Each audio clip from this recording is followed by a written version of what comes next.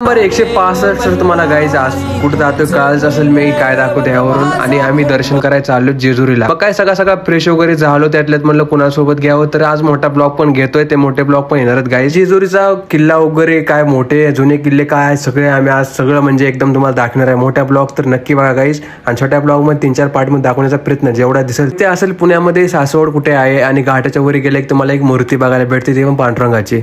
मग आम्ही दर्शन वगैरे केलं गाईज. काय मूर्ती मोठी आहे बघू शकता तुम्ही येऊ शकता पुण्यामध्ये. आणि तो निघायची आमची प्लॅनिंग, कारण आम्हाला किल्ले वगैरे पण बघायचे. त्यातल्या त्यात 2000 पायऱ्या आहेत असं कळालंय आम्हाला. मी जेजुरीत पोहोचलो नाही तर काय बघायला भेटतंय गाईज बघू शकता. पूर्ण पिवळं वातावरण निघालं, पिवळे रस्ते, पिवळे कपडे, पिवळे भंडारा. आता एकदम भारी वाटतं. जसं काय मी तर लाईफमध्ये पहिल्यांदा आलो. तुम्ही आले असतील तर नक्की कमेंट मध्ये सांगा आणि कधी आलेत पहिल्यांदा लाईफमध्ये. मग काय आम्ही भंडारा वगैरे घेतो. इथं असा विषय निघला की भंडारा घेताना तुम्हाला गाडी पार्किंगची पैशाची गरज नाही. हे म्हणले तुम्ही गाडी लावा, भंडारा विकत घ्यावा लागेल. मग आम्ही काय भंडारा वगैरे घेतला.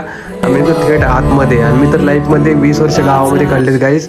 पहिल्या वर्षात मी येतोय, ते पण कुठं जेजुरीला. मग तुम्ही पण आले असतील तर नक्की कमेंट करा आणि कुठे कुठे फिरलात जेजुरीमध्ये. मग आम्ही डायरेक्ट वरी निघतोय, कारण आता दर्शन घ्यायची वेळ. आणि काही सेकंड पार्टमध्ये तुम्हाला कळेल मंदिर वगैरे आम्ही कसं दर्शन केलं आणि कुठे गेलतो काय विशेष. तर भेटूया पुढच्या ब्लॉगमध्ये. ब्लॉग आवडलाच नक्की फॉलो, लाईक, शेअर आणि सेकंड पार्टची वाट बघा. Bye bye.